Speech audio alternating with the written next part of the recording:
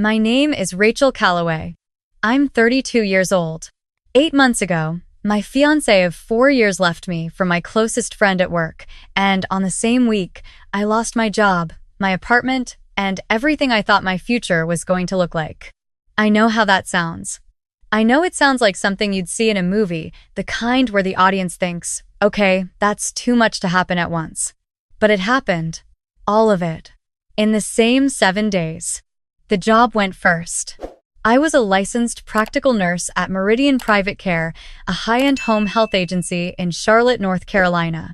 I had worked there for 6 years, built my entire career there, and genuinely loved what I did. Then my supervisor, a woman named Claire Hutchins, decided I had violated a documentation protocol. I hadn't.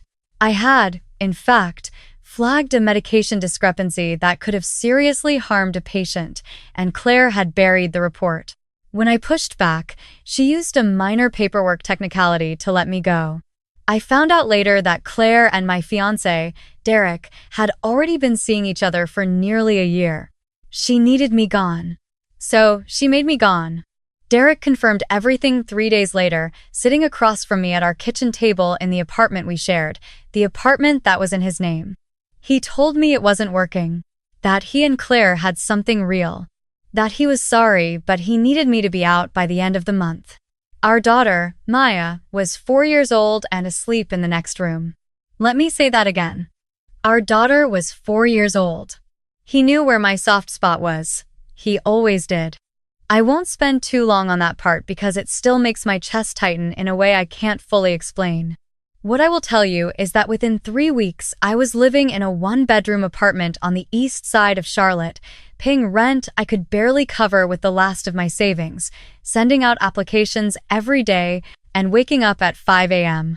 Not because Maya needed me, but because my brain simply refused to let me sleep. Maya was staying with my mother in Greensboro, 40 minutes away. That was the arrangement we made. Until I found something steady, until I got back on my feet, my mother would keep Maya during the week, and I would drive out every weekend without fail. It was the hardest thing I had ever agreed to. Every Sunday night when I drove back to Charlotte alone, I cried the entire 40 minutes. But Maya was safe, she was in school, she was loved, and that was the only thing that mattered. I applied everywhere. Hospitals, clinics, rehab centers, assisted living facilities. But the termination from Meridian followed me like a shadow. Every background check, every reference call, every conversation that started promising and then went quiet. I knew what Claire had written in my file. I just couldn't prove it yet. By the 6th week, I had $340 in my bank account, rent due in 9 days, and a phone that kept auto-completing job search websites. That was when I found the listing. Private living caregiver needed. Immediate start. Competitive compensation.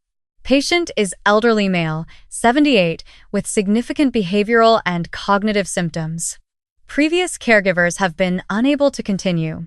Discretion required. That last line should have made me close the tab. It didn't. I applied that same night.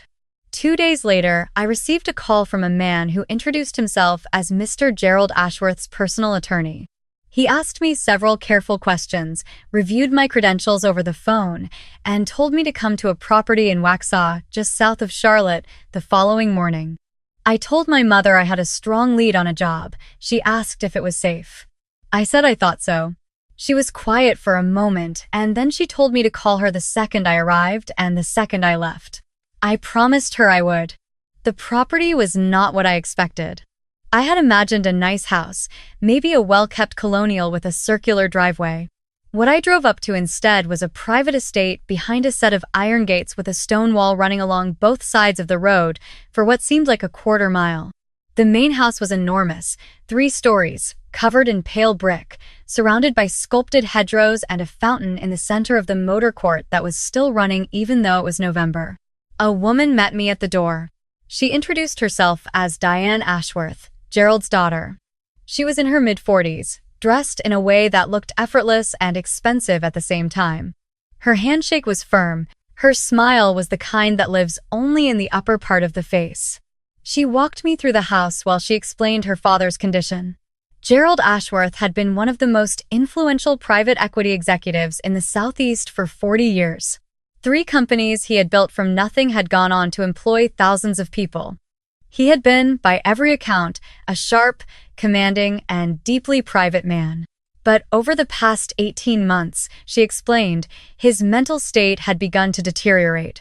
He became confused, he shouted at staff, he accused people of things that made no sense. He had fired 6 nurses in 8 months. "How bad does it get?" I asked. She paused at the top of the staircase and looked at me evenly. "Bad enough that the last caregiver left in the middle of the night," she said. I nodded slowly and told her I understood.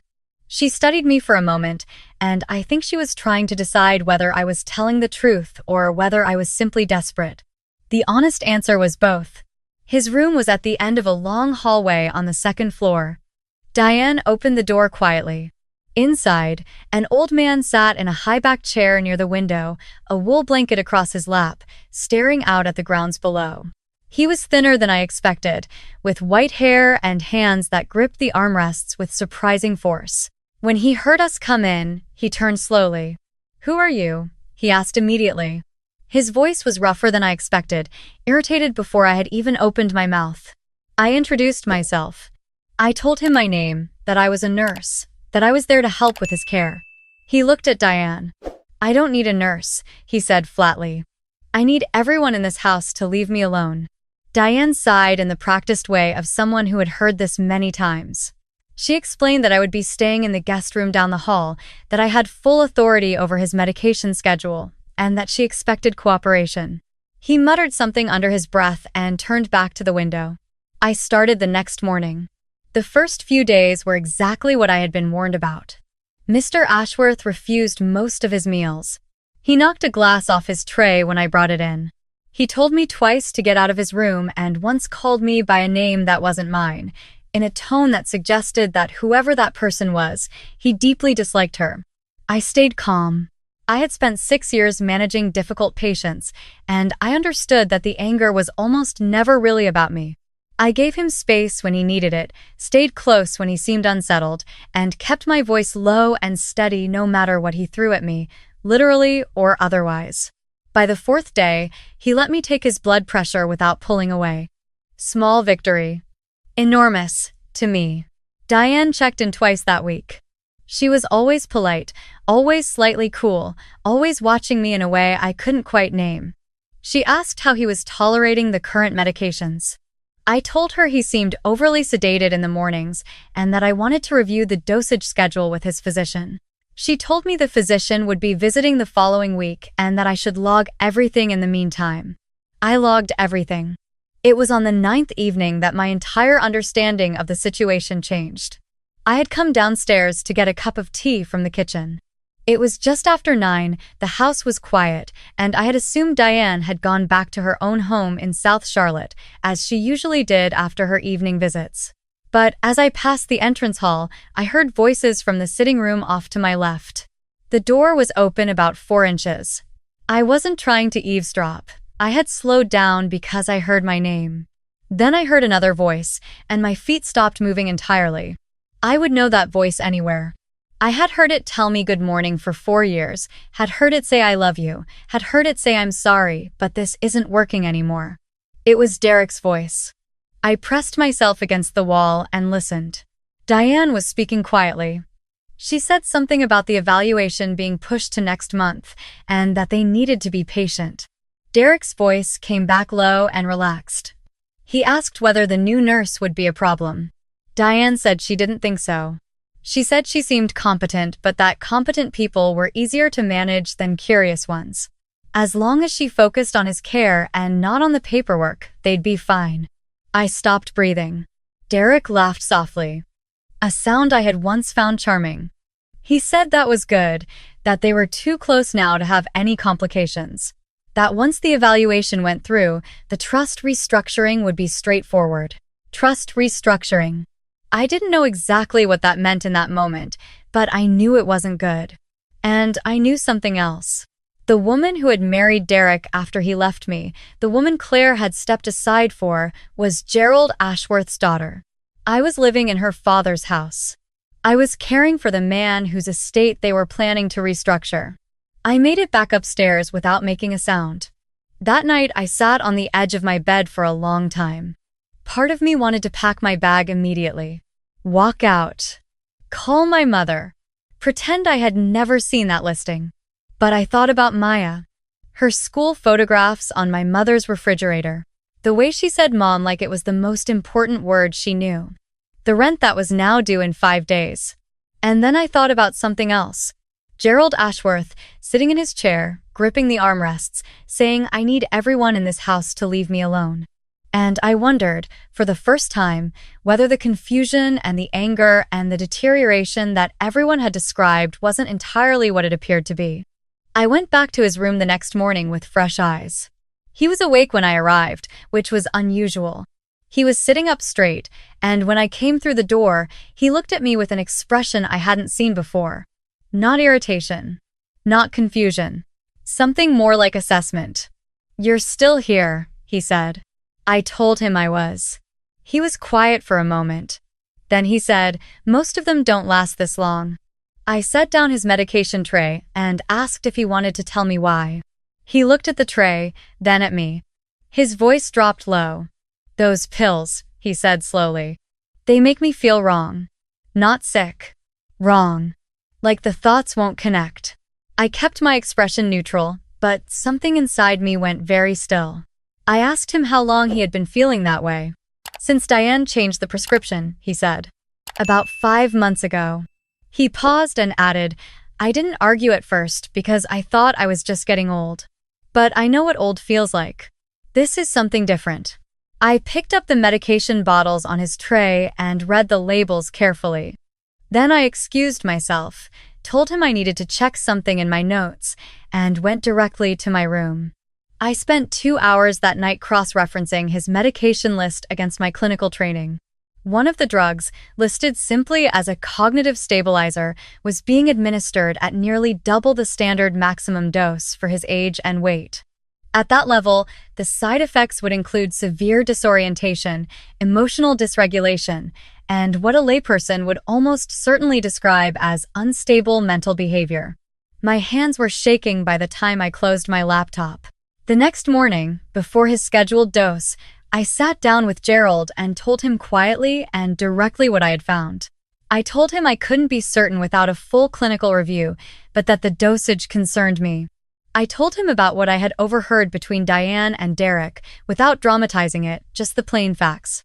He didn't speak for almost a full minute. Then he said, in a voice that was very quiet and very clear, "I built everything in this family from nothing. My daughter grew up wanting for nothing, and she is going to hand it all to a man she has known for less than a year." He looked out the window. "I'm not confused, Rachel," he said. "I'm being made to look like I am." I told him I believed him. He turned back to me slowly. What I said next surprised even me. I told him I wasn't going anywhere. I told him that whatever was happening in this house, I was going to help him. He looked at me for a long moment. Then he asked, very carefully, why? I thought about that. I told him the truth. I said because I know what it feels like when someone uses your trust against you, and I said I wasn't going to let it happen to someone else if I could stop it. Over the following 2 weeks, we built a plan carefully and quietly. I reached out through a secure channel to a physician I had worked with before at a previous hospital, someone completely outside Diane's network. I described the medications in clinical terms without identifying the patient. His response came back within 24 hours. The dosage combination I described was not consistent with any standard treatment protocol for age-related cognitive decline. In his words, it looked more like chemical sedation than therapy. With Gerald's permission, I began gradually and safely adjusting his medication under remote supervision from my contact. It took 10 days, but the change was profound. Gerald began sleeping normally. His speech became steady. His eyes cleared. He started asking for the Wall Street Journal in the morning. But we had a problem. Diane visited 3 times a week, and if she saw any sign of improvement, she would know something had changed. So Gerald did something I found genuinely impressive for a man of 78. He performed.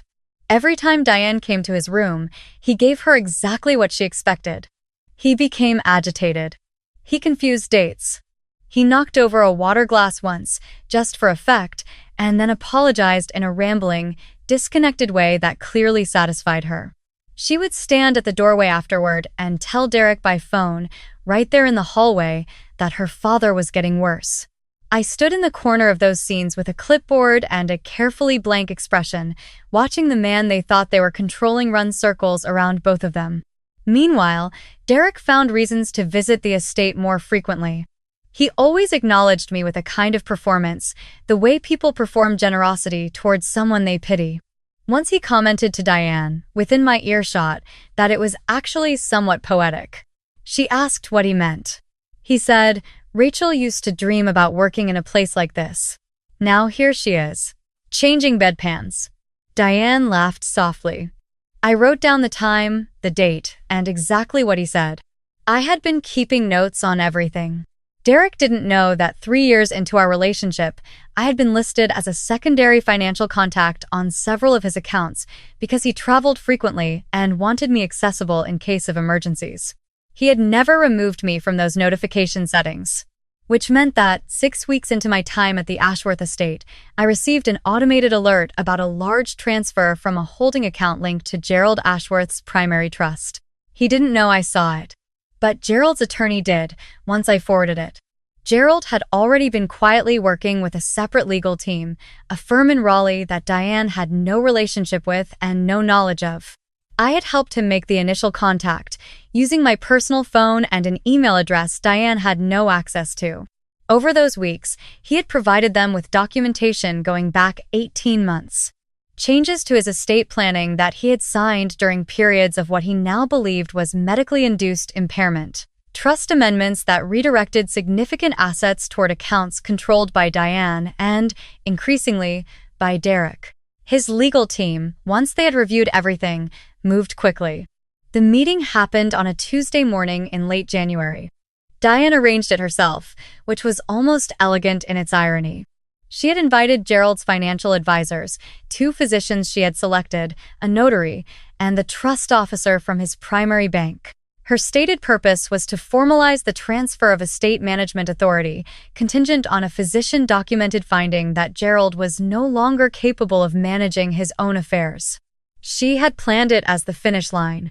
She did not know that Gerald's Raleigh attorneys were also present, seated quietly at the far end of the conference table when she walked in.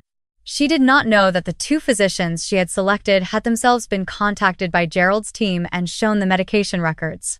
And she did not know that Gerald had spent the previous evening reviewing briefing notes with a clarity and precision that his daughter had not seen from him in over a year. I wheeled him into the room myself. Derek was already seated near the head of the table, relaxed, one arm draped over the back of his chair. He saw me first. Something moved across his face, a flicker of discomfort that he covered immediately with a neutral expression. He nodded at me the way you nod at someone you used to know. I nodded back and took my place standing just behind Gerald's chair. Diane opened the meeting smoothly. She thanked everyone for coming and began describing her father's condition in careful, sympathetic language. Severe cognitive decline, inability to manage complex decisions, a pattern of erratic behavior that had made independent living increasingly dangerous. She spoke for nearly 8 minutes, and she was good at it. Genuinely good. I watched the trust officer's face and saw the expected mix of concern and professional detachment. Then Gerald spoke. He didn't raise his voice. He didn't need to. He simply said, "I'd like to say something," in a tone that made the entire room go quiet. Diane froze. She looked at him the way you look at something that isn't supposed to be moving. Gerald turned to face the room directly. He said that he appreciated everyone's time. He said that he understood his daughter had significant concerns about his capacity and that he did not want to dismiss those concerns without addressing them properly. Then he picked up the briefing folder on his lap, opened it to the first page, and began reading a precise, numbered summary of the financial transfers that had occurred over the past 14 months, including dates, amounts, account numbers. and the names of the receiving parties. The trust officer sat forward in his chair. Derek's arm came off the back of his chair. Gerald continued without pausing. He noted that several of these transfers had occurred on dates when his medical records, which his attorneys had subpoenaed, showed he had received elevated doses of the medication in question. He said he was not accusing anyone of anything in this room and that he would leave the legal conclusions to the appropriate parties. Then he set the folder down and looked at his daughter. He said, "I built everything in this family. I would like to still be here when it continues." The silence lasted about 4 seconds. Then one of the attorneys from Raleigh placed a second folder on the table and asked the trust officer if he would like to review the documentation they had compiled. Diane stood up. Her voice had lost all of its smoothness. She said this was absurd, that her father was clearly being manipulated, that whoever had gotten to him had done so by exploiting his condition. She looked directly at me when she said that last part. Gerald said, quietly, that Rachel had saved his life, and that if she had not chosen to stay in this house when every other caregiver had left, they would not be sitting here today. Everyone looked at me. Diane said my name. Just my name. In a way that was meant to be a warning. But it was already too late for warnings.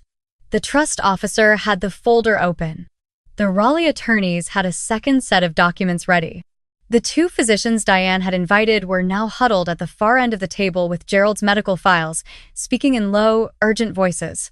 Derek stood up and said something about this being a misunderstanding, that any transfers had been authorized, that he had documentation to support everything. His voice had a tightness in it I had never heard before, a thinness that comes when a person realizes the story they prepared is not going to work. One of the Raleigh attorneys said, very calmly, that they had actually anticipated those documents and that they'd like to address them in sequence. Derek sat back down. The meeting lasted another 2 hours. By the end of it, the trust officer had suspended all pending transfers pending a full review. The physicians had provided a joint written statement that the medication protocol Gerald had been on was not clinically supported. And law enforcement, whom Gerald's attorneys had contacted 2 days prior, arrived toward the end of the meeting to speak with both Diane and Derek. Diane cried. Not the soft, private kind of crying. The loud, desperate kind that happens when something is being taken away. She looked at her father as they walked her toward the door and said she had only been trying to protect him. Gerald watched her go. His face was hard to read. I think it held grief and resolve in about equal measure. Derek passed me on his way out. He didn't say anything. He looked at me once, briefly, and I think he wanted to find something to say, something cutting or dismissive that would let him leave with some version of the upper hand. But he couldn't find it. So he walked past me without a word. I watched him go, and I felt something I hadn't expected. Not satisfaction, not triumph. Something quieter than that. Something that felt more like release. After everyone had cleared out, Gerald and I sat alone in the conference room for a while. He was tired. Not the medicated, hollowed-out tired I had seen when I first arrived, but the real kind, the kind that comes after something difficult is finally finished. He asked me what I was going to do next. I told him honestly I wasn't sure, that I had a daughter in Greensboro who I was going to drive to see that weekend. That I had a career I needed to rebuild. That I had a false termination record I was going to fight. He was quiet for a moment. Then he said something I wasn't prepared for. He told me that his company's charitable foundation had a healthcare oversight division that needed someone to lead it. Someone who understood patient care and had the integrity to flag a problem even when it cost them personally. He said the salary was competitive, that the position came with full benefits, and that the office was 20 minutes from where my mother lived in Greensboro. I looked at him. He looked back at me, steady and clear and entirely present, the sharp and commanding man that everyone said had disappeared. He said he didn't offer things he didn't mean. I took a breath. I asked him why.